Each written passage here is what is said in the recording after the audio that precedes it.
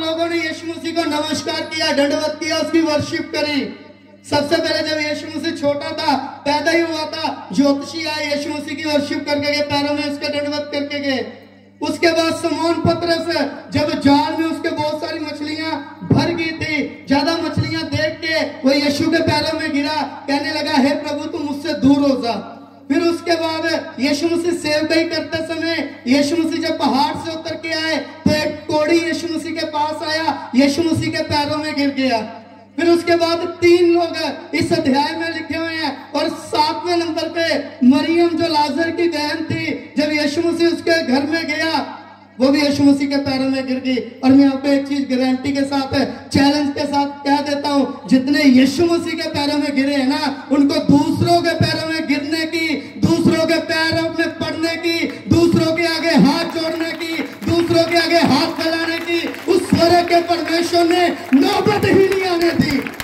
क्योंकि जो उसके पैरों में गिर जाते हैं वो परमेश्वर सीधा समाधान करता है। वो आपको अलग अलग प्रकार के तरीके, अलग अलग प्रकार की दवाइयां नहीं देगा। डॉक्टर के पास चले जाओ, कहो कि ये दवाई से हम ठीक नहीं हुए, तो वो क्या करेगा, दूसरी दवाई एक वाली चेंज करके दूसरी दवाई दे देगा। किसी का केस चल रहा हो, वकील के पास, वकील करके जज के पास जाओ, जज क्या दे देगा, तरीक दे देगा, डॉक्टर दे देंगे दवाइयां बदल के। पर स्वर्ग का परमेश्वर के काम ऐसे काम नहीं है। वो जब जिसके जीवन में कार्य करता है, जब वो किसी को आजाद करता है, छुटकारा करता है, वो तरीकों के अकॉर्डिंग नहीं, वो अपनी सामर्थ्य के साथ कार्य करता है। वो तरीकों के अकॉर्डिंग नहीं, अपनी सामर्थ्य के अकॉर्डिंग कार्य करता है। और यहाँ पे क्या हुआ, एक स्त्री आई जिसको 12 साल से लहू बहने का रोग था। उस स्त्री ने यह विश्वास रखा था, यदि मैं यीशु के वस्त्र को छू लूंगी तो मैं चंगी हो जाऊंगी। इस अध्याय के अंदर एक और चीज है जो मैं आपको बताना चाहता हूँ। इस अध्याय के अंदर 3 लोगों के जीवन में परमेश्वर ने अलग अलग प्रकार का कार्य किया। 3 अलग अलग प्रकार का यीशु मसीह ने 3 अलग अलग लोगों के जीवन में कार्य किया। और तीनों के जीवन में एक सबसे बड़ी समस्या का जिनको उनका सामना करना पड़ा, वो पता क्या थी? जो सबसे बड़ी समस्या का लोगों को सामना करना पड़ा वो थी भीड़। वो क्या थी? भीड़। जब यीशु मसीह ने 6000 से, जिसमें 6000 से ज्यादा दुष्ट आत्माएं थी व्यक्ति को, जब परमेश्वर ने उसको आजाद किया तो वहां पे एक बड़ी भीड़ आ गई देखने के लिए यीशु मसीह ने जो कुछ किया था। जब ये स्त्री यीशु मसीह को छूने के लिए जा रही थी तो एक बड़ी भीड़ यीशु मसीह के पीछे चल रही थी। और फिर जब यीशु मसीह लाजर के यायर के घर में उस लड़की को जिंदा करने के लिए गए, जायरुस की बेटी को, यायर की लड़की को, वहां भी घर के बाहर भी क्या लगी हुई है? भीड़। इस तीनों के जीवन में भीड़ आपको देखने को, वो ये तीनों भीड़ का काम अलग अलग था। एक भीड़ क्या कर रही थी? जो कुछ हुआ था देखने आई थी। जो चमत्कार यीशु मसीह कर रहा था वो भीड़ क्या करने आई थी? चमत्कारों को देखने आई थी। दूसरी भीड़, एक भीड़ ने चमत्कार देखकर यीशु मसीह को बोला, प्रभु तू चला जा हमारी सीमा से। दूसरी भीड़ यीशु मसीह के पीछे चल रही है, गिरी पड़ रही है, वचन सुनने के लिए, गलतियां निकालने के लिए, खाना खाने के लिए, कैसे भी करके यीशु मसीह के पीछे भीड़ चल रही है। उस भीड़ में से एक औरत आई, भीड़ को पार करके एक औरत आई, उसने यीशु को छुआ। और जब यीशु मसीह यायर के घर में गया, वहां भी एक बड़ी भीड़ लगी हुई है। वहां पर भी खुदा के पास आने के लिए इतना आसानी है जितना हम सोच लेते हैं। हमारे मन में कई तरह की भीड़ होती है, निराशाओं की भीड़, चिंताओं की भीड़, समस्याओं की भीड़, कई प्रकार के विचारधाराओं की भीड़। यदि आप खुदा के पास आते हो तो सब प्रकार की भीड़ को साइड में करके रख दो पहले तो, क्योंकि ये भीड़ है खुदा का कार्य करने से रोकती है। वचन कहता है यीशु मसीह भीड़ के लिए कार्य नहीं करता, यीशु मसीह विश्वास करने वालों के लिए कार्य करता है। यीशु मसीह भीड़ के लिए कार्य नहीं करता, यीशु मसीह विश्वास करने वालों के लिए प्रूफ दे रहा हूं चैलेंज के साथ। पढ़ लो अपनी अपनी बाइबलों में, आपकी बाइबलों में भी लिखा है जो 3 बड़ी बड़ी भीड़ थी उनमें से एक एक बंदे के जीवन में कार्य हुआ है। परमेश्वर आपके जीवन में भी तभी कार्य करेगा यदि आपका विश्वास लोगों से हटके है। यदि आप ये सोच के आए हो कि प्रभु ने ठीक कर दिया तो ठीक है, नहीं तो डॉक्टर तो है, तो मैं कहता हूं यदि ऐसा विश्वास लेकर आए हो अब भी से अपने विश्वास को बदल लो। खुदा को बोलो प्रभु हम तेरी उपस्थिति में आ गए, तू ठीक करेगा तो ठीक है, नहीं करेगा तो भी ठीक है। हम क्या करते हैं, हम डबल माइंडेड लोग है ना, हम पतरस की तरह कई बार ज्यादा बुद्धिमान हो जाते हैं। यीशु मसीह को देखा पानी के ऊपर चल के आते हुए, तो पता उसको भाई साहब को तैरना आता है। बोला प्रभु यदि तू है तो मुझे भी आकर दे। यीशु मसीह कहता आजा। चलने लगा पानी पे, साथ में मैं सोचता हूँ चेलों को देख रहा होगा, कहता होगा देखा मेरे आज पानी पे चल रहा हूँ। साथ वालों को, साथियों को कह रहा होगा देखा मेरे आज मैं पानी पे चल रहा हूँ। यीशु की ओर देख के जा रहा है और दिमागी था, दिमाग चला रहा है कि अगर यीशु हुआ तो ठीक है, नहीं तो तैर तुर के तो नाव तक तो पहुंच ही जाएंगे। इतने भी बेगुजरे नहीं है, मछुआरों के बेटे हैं, अच्छे से तैरना जानते हैं, अच्छे से तैरना आता है, निकल आएंगे। चलने लगा यीशु की ओर देख के। जब डूबने लगा ना लहरों को देख के, तो उसको पापा की याद आई। तब उसको पापा की याद आई तो लॉर्ड सेव मी, प्रभु मुझे बचा। बाइबल के अंदर सबसे छोटी प्रार्थना कर दी उठा के। बाइबल के अंदर सबसे छोटी प्रार्थना है बाइबल के अंदर पतरस की, ओ लॉर्ड सेव मी। और फिर भी देखो वो परमेश्वर कितना दयालु परमेश्वर है, छोटी प्रार्थना के द्वारा भी हाथ बढ़ा देता है। छोटी प्रार्थना के द्वारा भी वो हाथ बढ़ा देता। जब हम उसको कहते ना प्रभु बचा, प्रभु तरस खा, प्रभु दया कर, मैं कहता हूँ वो परमेश्वर निश्चय तरस खाने वाला खुदा है, वो दया करने वाला परमेश्वर है, वो रहमत का खुदा है। वो आपको ऐसे ही आपके हालातों को देख के उन हालातों में छोड़ के जाने वाला खुदा नहीं है, वो आपके हालातों को बदलने की सामर्थ्य रखता है। वो स्वर्ग का परमेश्वर जीवित परमेश्वर है। वचन कहता है भीड़ में से एक स्त्री आई, यीशु के वस्त्र के छोर को छुआ और चंगी हो गई। यीशु मसीह के वस्त्र के छोर को छू के क्या होगी? चंगी हो गई। यीशु मसीह में से सामर्थ निकली। यीशु मसीह पूछने लगा मुझे किसने छुआ? यीशु मसीह के चेले कहने लगे प्रभु इधर तो इतने लोग हैं, सभी तो तेरे पे गिरते जा रहे हैं और तू कहता किसने छुआ? यीशु मसीह ने कहा मुझ में से सामर्थ निकली है। क्या कहा यीशु मसीह ने? मैं आपको एक चीज चैलेंज के साथ परमेश्वर की उपस्थिति में कहता हूं, यदि आप विश्वास के साथ खुदा की उपस्थिति में आते हो ना, तो आपके विश्वास के द्वारा परमेश्वर की सामर्थ आपके जीवनों में कार्य करेगी। विश्वास वो चुंबक है जो परमेश्वर की सामर्थ को हमारी ओर खींचता है, जो परमेश्वर के छुटकारे को हमारी ओर लेकर आता है, जो परमेश्वर की चंगाई को हमारी ओर लेकर आता है, जो परमेश्वर को स्वर्ग छोड़ के पृथ्वी पे उतर के उसके लोगों के बीच में कार्य करने के लिए विवश कर देता है। विश्वास वो ताकत है। अब करके तो देखो, अपने मन को डबल माइंडेड मत रखो कि खुदा करेगा तो ठीक है, नहीं तो डॉक्टर तो है ही। डॉक्टर भी बाद में यही कहेंगे जी अब तो आप भी इसके लिए दुआ ही कर लो। डॉक्टरों का लास्ट कार्य करने से अच्छा खुदा के सामने पहले ही कार्य कर लो। डॉक्टरों का लास्ट कार्य करने से अच्छा डॉक्टरों की लास्ट एडवाइस है प्रेयर है, और बाइबल की फर्स्ट प्योरिटी है प्रेयर। डॉक्टरों की आखिरी सलाह है प्रार्थना, और बाइबल की जो निज बुनियाद है वो है प्रार्थना। करोगे आज से? कितने लोग करेंगे?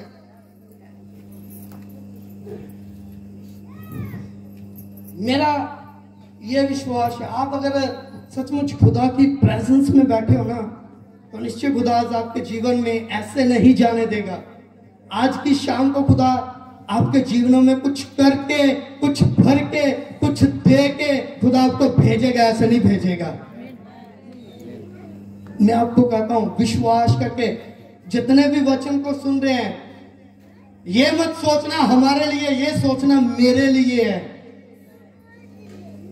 प्रैक्टिकल तौर पे, पर्सनली तौर पे लेकर जाओ। मैंने पहले भी बोला, खुदा भीड़ के लिए नहीं, विश्वास करने वालों के लिए कार्य करता है।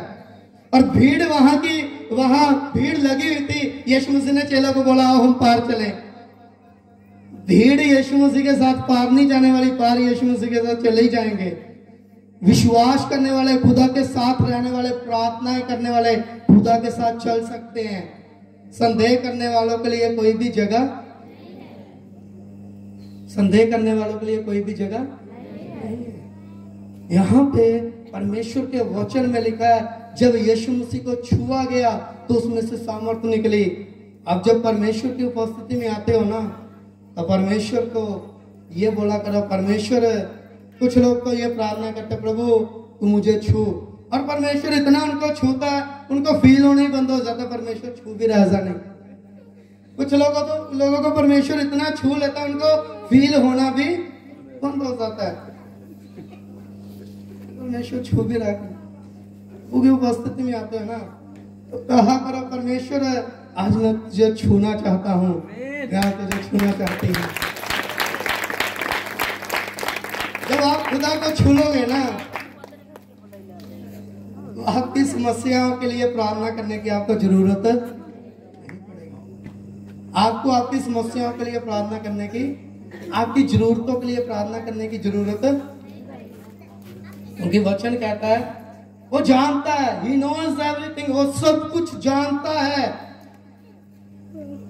मैं आज तक, जब से खुदा में आया हूं, मैंने आज तक अपनी जरूरतों के लिए एक भी प्रार्थना नहीं करी। 2011 से लेकर ये 2023 चल रहा है, मैंने आज तक अपनी एक भी जरूरत के लिए प्रार्थना नहीं करी, और उस स्वर्ग के परमेश्वर ने एक भी ऐसी जरूरत नहीं थी जिसको पूरे हुए बिना रहने दिया हो। वो स्वर्ग का परमेश्वर जब कार्य करेगा तो आपकी कंडीशनों को, आपकी बीमारियां चाहे कितने लंबे समय से क्यों ना हो, आपके घर में दुष्ट आत्माएं चाहे कितने लंबे समय से क्यों ना हो, आपके घर में लड़ाई झगड़े लंबे समय से क्यों ना हो, आपके घर के अंदर नशे कितने लंबे समय से क्यों ना हो, मैं आपको कहता हूं, विश्वास करे, घुटने टेके, प्रार्थना करते रहे। जब स्वर्ग का परमेश्वर उतर जाएगा तो उसके सामने कोई भी टिक नहीं पाता है। स्वर्ग के परमेश्वर को कार्य करने का मौका तो दो, उसके सामने घुटने तो टेको, उसको बोलो, परमेश्वर यू कैन डू एवरीथिंग, तू ही सब कुछ कर सकता है, हम कुछ नहीं कर सकते। हम बहुत बार अपनी समझ को लेकर चलते हैं, चर्च के अंदर हम खुदा के साथ समझ को लेकर चलते हैं। हम सोचते हैं इधर विश्वास से भी कार्य हो जाए, उधर समझ से भी हो जाए। समझ को साइड में रख के विश्वास के साथ जीना शुरू करो, देखना खुदा आपके लिए कैसे अद्भुत और अनहोने कामों को करता है। वचन में लिखा है, जो बात किसी आंख ने नहीं देखी, किसी कान ने नहीं सुनी और किसी के चित्त में नहीं आई, ऐसी ही बातें हैं परमेश्वर जो उसके ऊपर विश्वास करते हैं और जो परमेश्वर से प्रेम रखते हैं, उनके लिए परमेश्वर तैयार करके रखता है। अगर आप सोच रहे हो खुदा आपके जीवन में कार्य करने जा रहा है, तो एक आनंद से बोलिए हालेलुया, बोलिए हालेलुया, हालेलुया। परमेश्वर देखता है विश्वास के लेवल को, कितना विश्वास करते हैं।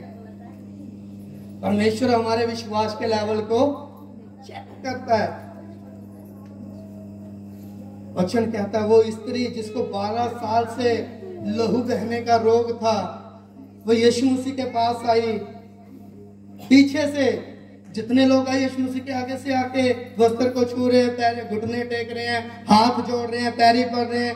पर ये एक ऐसी स्त्री थी जो पीछे से यीशु मसीह के आगे सिर्फ वस्त्र को ही छू लिया। आपको पता है, जब आप पूरी तरह खुदा के ऊपर भरोसा करना शुरू कर देते हो ना, खुदा आपके लिए कार्य करना शुरू कर देता है। मैंने देखा पिछले दिनों में हमारे चर्च के अंदर एक बहन थी, उसके पीते की थैली में के पता नहीं कहाँ पे पथरियां थी, काफी पथरियां हो गई। तो डॉक्टर कहने लगे, भाई इनका तो जो बच्चेदानी उसको भी निकालना पड़ेगा। तो मैं और हमारे जो बुजुर्ग पास्टर, हमारे सीनियर पास्टर, हम दोनों चले गए। वो कहने लगे रजत इनके लिए प्रार्थना करो, इनका हमने ऑपरेशन कराना है, इनका ऑपरेशन सफलतापूर्वक हो जाए। मैंने बोला पास्टर जी मुझे माफ करना, आप उम्र में मेरे से बड़े हो, पर मैं ये प्रार्थना नहीं करूंगा कि इनका ऑपरेशन सक्सेसफुल हो। मैं ये प्रार्थना करूंगा प्रभु तू चाहे तो बिना ऑपरेशन के भी ठीक कर सकता है। ऑपरेशन तो बाद में होंगे, पहले खुदा को तो मैंने बोला काम करने का मौका तो देते हैं, हम खुद ही काम करने लग जाएंगे। और नहीं, मैंने बोला, मैंने डॉक्टर से बात करी है, ऑपरेशन जरूरी है। तो मैंने बोला कोई बात नहीं है, मैं प्रार्थना करूंगा। पहली प्रार्थना मेरी यही होगी कि परमेश्वर तो बिना ऑपरेशन के आंटी को ठीक कर। और आपको पता है काफी मतलब गरीब परिवार से वो आंटी चर्च में आते, तो चर्च के लोगों ने किसी ने 1000 रुपया दिया, 500 दिया, 25-30 हजार रुपया इकट्ठा कर दिया। और कुछ लोग, कुछ जो बच रहा था वो पास्टर जी और हमने सोचा कि इधर उधर से कर करा के इनका ऑपरेशन तो कराना ही है। 40-45 हजार का खर्चा बताया जा रहा था। तो लोगों ने पैसे इकट्ठे किए, आंटी को हॉस्पिटल ले गए। आंटी को हॉस्पिटल लेकर गए और वहां पे जाके क्या हुआ, जब उनके टेस्ट किए गए, पहले उनके टेस्ट हुए, वो रिपोर्टें जो थी 3-4 अल्ट्रासाउंड, सिटी स्कैन, पता नहीं क्या क्या जो भी होता मुझे नहीं मालूम, पर वो रिपोर्टें ही बताएंगी, वो जहाँ वहां पे रखी हुई है पानीपत में। तो उनके टेस्ट किए गए, तो पहले टेस्ट में बड़ा कुछ आया, दूसरे जब टेस्ट किए गए रिपोर्ट लेके डॉक्टर के पास गए, डॉक्टर भाई साहब घर ही पहुंच गए अपने। और डॉक्टर को पूछा किधर जा रहे हो, गोरा जी मेरा तो टाइम हो गया घर जाने का। मन में सोचा, आंटी को मैंने बोला इसका घर जाने का टाइम है, खुदा का कार्य करने का कोई भी टाइम नहीं है, वो किसी भी समय कार्य कर सकता है। डॉक्टर टाइम पे कार्य करते हैं, खुदा किसी भी समय कार्य कर सकता है। वो सारा कुछ उसी के अंडर में है, ये भी उससे बाहर होकर काम नहीं कर सकता। अगले दिन उपवास प्रार्थना थी, गई नहीं। तीसरे दिन जब गए हॉस्पिटल में, रिपोर्टें लेकर डॉक्टर को दिखाया गया, रिपोर्टें, पेमेंट भी लेकर चले गए कि चलो ऑपरेशन करा ही देते बासु जी। पर वहां पे जब डॉक्टर को रिपोर्टें दिखाई तो वो बासु जी पहले ही जाके बोलने लगे, डॉक्टर साहब आप तो जानते हो, हम इतने लंबे समय से आपको जानते हैं, तो थोड़ी बहुत ही गुंजाइश करना, ये है वो, आपको पता ही है लोग डिस्काउंट के लिए है ना, पैसे कम कराने के लिए क्या कुछ नहीं कर। तो आशु जी कह रहे मैं तो चुप करके पीछे खड़ा सुन रहा हूँ। डॉक्टर ने रिपोर्टें देखी, पहली रिपोर्ट देखी साइड में रख दी, दूसरी रिपोर्ट देखी साइड में रख दी, तीसरी रिपोर्ट देखी साइड। इधर डॉक्टर रिपोर्टें देख रहा है, उधर पास्टर जी ऑपरेशन की बातें करी जा रहे हैं। और डॉक्टर पता क्या कह रहा है, पास्टर साहब मुझे ये बताओ इनका ऑपरेशन करना किसका है, ना तो इनके पेट में बच्चेदानी है, ना ही पथरी है, कुछ भी नहीं है, ऑपरेशन किस चीज का करे, ऑपरेशन करे तो करे किस चीज का। मैं पीछे खड़ा हुआ था, मैंने बोला देखा ना, परमेश्वर नहीं चाहता मेरे पैसे डॉक्टरों को जाए, मेरे पैसे वापसी करो। मैंने बोला परमेश्वर नहीं चाहता मेरे पैसे डॉक्टरों के पास जाए, मेरे पैसे वापसी करो। आशु जी कह रहे चल कोई ना, तेरे को घर जाके पार्टी देता हूँ। मैंने ये तो मैं बात कर रहा हूँ, मैंने आंटी को पहले ही बोल दिया था, हम जब घुटने टेक के प्रार्थनाएं करते ना, वो स्वर्ग का परमेश्वर आपकी बड़े से बड़ी बीमारी का ऑपरेशन करने के लिए उतर आता है। बड़ी से बड़ी बीमारी का ऑपरेशन करने के लिए स्वर्ग का परमेश्वर पृथ्वी पे उतर आता है। और यहाँ पे वचन में पढ़ के देखो, यहाँ पे यीशु मसीह को जब छुआ गया तो यीशु मसीह में से सामर्थ निकली। यीशु मसीह में से क्या निकला? सामर्थ निकली। और क्या हो गया, जैसे ही सामर्थ निकली उसी समय उसकी 12 साल की बीमारी, कितने साल की? 12 साल की बीमारी 12 सेकंड के अंदर रफा दफा होगी। आपकी लंबी से लंबी, बड़ी से बड़ी, कैसी भी कठिन और कैसी भी हार्ड समस्या क्यों ना हो, आपको उसके ऊपर कार्य करने के लिए समय लगता है। परमेश्वर को उसका कार्य करने के लिए समय नहीं लगता है। परमेश्वर का कार्य हमारे जीवन में तब तक नहीं होता जब तक हम एक विश्वास के लेवल को बढ़ाते नहीं है। हम कहते हैं, एक आंटी आई मेरे पास, वो मेरे साथ लड़ने लगी, 2 हफ्ते पहले की बात है, पानीपत में। वो कह रही है, पास्टर जी आपने तो कहा था यदि तेरा विश्वास राई के दाने जितना है तो पहाड़ को बोल, पहाड़ पानी में चला जाएगा। अब मेरा तो विश्वास राई के दाने से भी बड़ा है, और मैं अपने पति के लिए प्रार्थना करी, ये तो ठीक हुआ नहीं। मैंने बोला आंटी मेरी सुन लो बात है, आपका विश्वास राई के दाने जितना भी नहीं है। आपका विश्वास राई के दाने जितना भी नहीं, अगर होता तो खुदा ऑटोमेटिक ठीक। मैं क्या कहना चाहता हूं, कई बार लोग क्या कहते हैं, हमारे जीवन में चमत्कार ना होने के कारण, जो मैं आपको बताता हूं, हम बातें बड़ी बड़ी करते हैं, विश्वास छोटा सा भी लेकर नहीं चलते हैं। हम बातें तो बड़ी बड़ी करते हैं, पास्टर संजय से भी अच्छा प्रचार कलीसिया के लोग कर देंगे, पर जब बात आती है स्टेप उठाने के लिए, नवाज मैं एग्जाम्पल आपका नाम लेकर दे रहा, बात आती है, अक्सर मेरे साथ होता है, हम विश्वासियों के घरों में जाते हैं ना, हमारा प्रचार खत्म होने के बाद जो वो प्रचार करते हैं, जो हमें कहते हैं हमारा विश्वास ये है वो है, तो मैं सोचता हूँ खुदा हमें तो तूने सेवा के लिए ऐसे चुन लिया, चुनना तो इन्हीं को चाहिए था।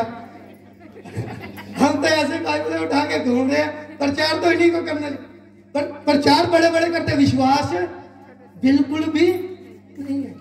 हम बैठे हैं ना अगर खुदा की उपस्थिति में, तो ये मत सोचना कि अगर खुदा की उपस्थिति में बैठे हो, ये मत सोचना कि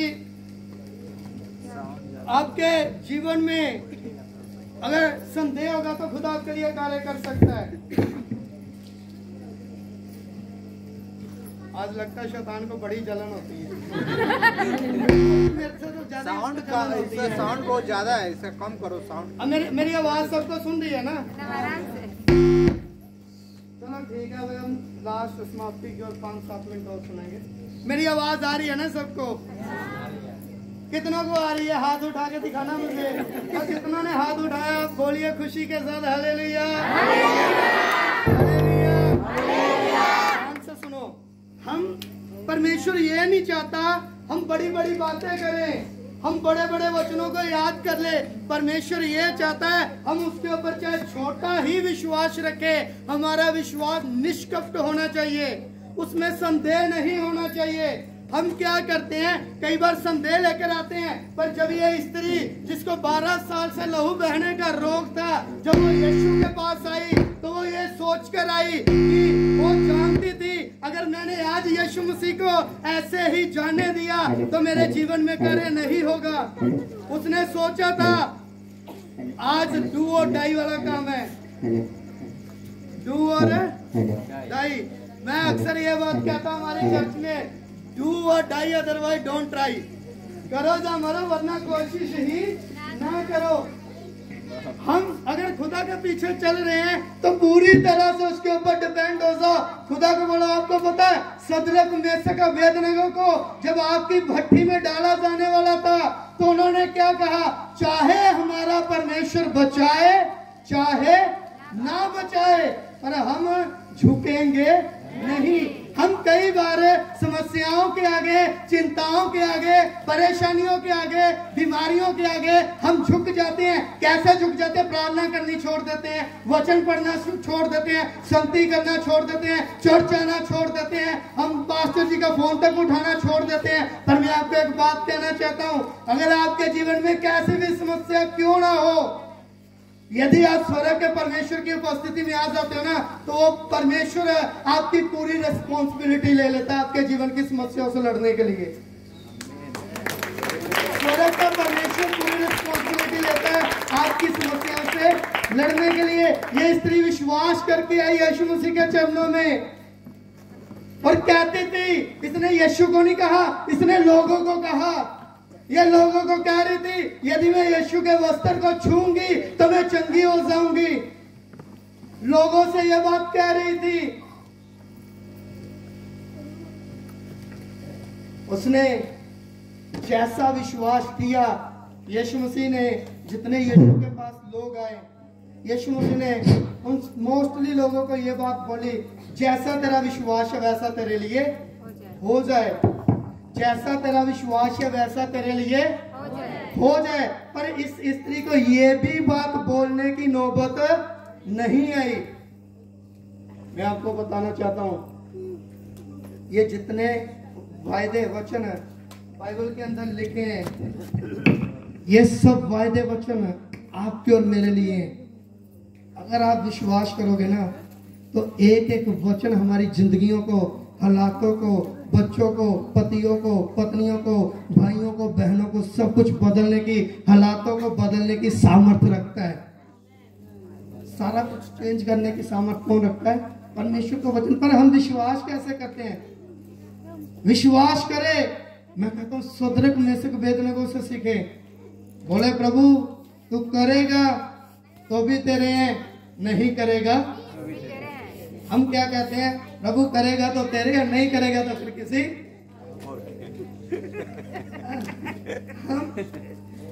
मैं आपकी बात नहीं कर रहा, आप अपने ऊपर नहीं लेना। अगर हाँ आपको लगता है ये आपके लिए तो आप ले सकते हो। मैं बिल्कुल इस चीज के लिए मना नहीं करूंगा। अगर आपको लगता है कि ये आपके लिए है तो इसको आप एक्सेप्ट कर सकते हो। अगर नहीं लगता तो जाने दो।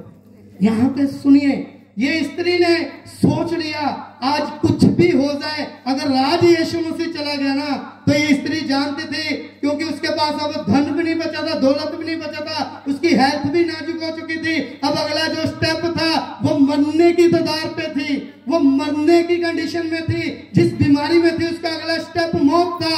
उसने ये बात सोच ली अगर आज यीशु मसीह को जाने दिया तो मैं ठीक नहीं हो सकती, मेरे हालात नहीं सुधर सकते। उसने इस बात को अपने मन में रख लिया, कुछ भी हो, कैसी भी भीड़ हो, कैसी भी समस्याएं हो, आज मैं यीशु मसीह को छू के ही रहूंगी। मैं कहता हूं आज जितने भी यहाँ पे बैठे हो ये सोच के मत चले कल भी उपवास है, परसों भी उपवास है, आज नहीं करे हुआ तो कल होगा, कल नहीं हुआ तो परसों होगा। खुदा को कहे, खुदा कर, तू चाहे तो अब भी कर सकता है, तू चाहे तो अभी कर सकता है। ये मत सोचिए आज नहीं हुआ तो। अगर आप अपने विश्वास को बढ़ाएं, मैं ये नहीं कहता खुदा कल कार्य नहीं करेगा, परसों नहीं करेगा। खुदा हर दिन कार्य करता है, खुदा हर दिन कार्य करता है।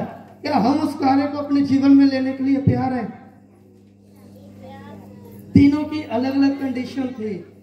पहला जो व्यक्ति था, जो दुष्ट आत्माओं से सताया हुआ व्यक्ति था, वो हेल्पलेस कंडीशन के अंदर था, उसकी कोई मदद करने वाला नहीं था। जो स्त्री थी जिसको 12 साल से लहू बहने का रोग था, वो हेल्पलेस कंडीशन के अंदर थी, उसका स्वास्थ्य जा चुका था। जिसकी बेटी मर गई वो होपलेस कंडीशन के अंदर आ गए, उनके पास कोई आशा ही नहीं बची।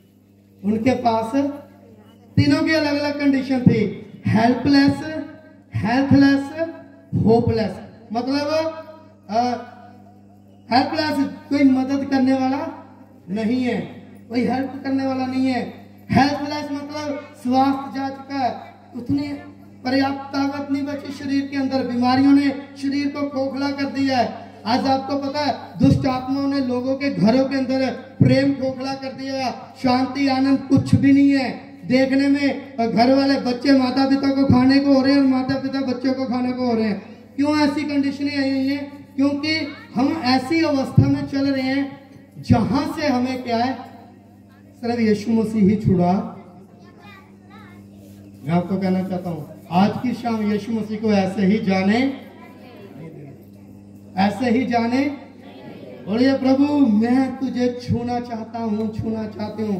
जब आप ऐसे विश्वास करके खुदा की ओर कार्य बढ़ा, अपने हाथों को स्वर्ग की ओर उठाओगे, परमेश्वर आपके लिए कार्य करेगा।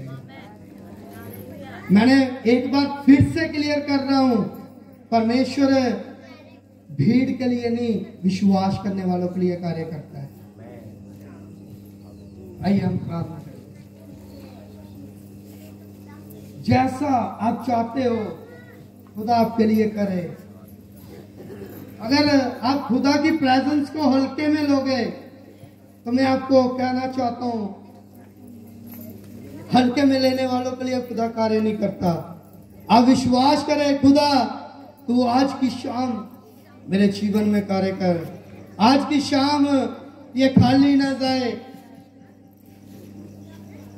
मैं उस स्त्री की तरह चंगाई पाऊं, मैं उस व्यक्ति की तरह जिसको तूने दुष्ट आत्माओं से आजाद किया छुटकारा पाऊं, मैं उस यायर की लड़की की तरह जीवन पाकर जाऊं परमेश्वर तेरी उपस्थिति से। डॉक्टरों ने जवाब दिया, वकीलों ने जवाब दिया, स्वर्ग का परमेश्वर जवाब नहीं देता। वो जवाब दिए हुए को भी जवाब देने की सामर्थ्य रखता है यदि आप उसकी उपस्थिति में आ जाओगे तो। आइए हम प्रार्थना करेंगे। Hallelujah, hallelujah, hallelujah. आइए हम अपने स्थानों में खड़े हो जाएंगे, गीत गाते हुए प्रभु के नाम से।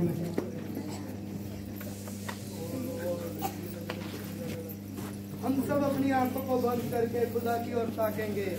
याद रखिए, हम किसी इंसान से कुछ पाने के लिए नहीं आए, हम स्वर्ग के परमेश्वर से कुछ पाने के लिए आए हैं। हम अपनी आंखों को बंद रखेंगे और हम प्रार्थना करेंगे। Thank you Jesus, thank you Jesus. सभी लोग मुंह खोलकर प्रार्थना करेंगे, मुंह खोलकर प्रार्थना करेंगे। Hallelujah, hallelujah. कितना लोग तैयार हैं आज रात प्रभु को छूने के लिए? कितने लोग तैयार हैं? बोलो थोड़ी देर तक मुंह खोल कर प्रार्थना करेंगे, मुंह खोल कर प्रार्थना करेंगे। कितने लोग विश्वास करके छूने के लिए? कितने लोग तैयार हैं?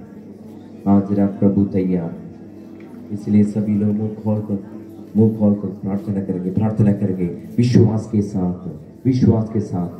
उस स्त्री का विश्वास उनका जिंदगी को परमेश्वर ने बदला, इसलिए सभी लोग मुंह खोल कर प्रार्थना करेंगे। अब तैयार हो जाएंगे, सभी लोग मुंह खोल कर प्रार्थना करेंगे। आपके लिए आज रात प्रभु इधर उपस्थिति है। हालेलुया। कितना लोग तैयार हैं? प्रभु तैयार है। आप तैयार हैं तो प्रभु तैयार है।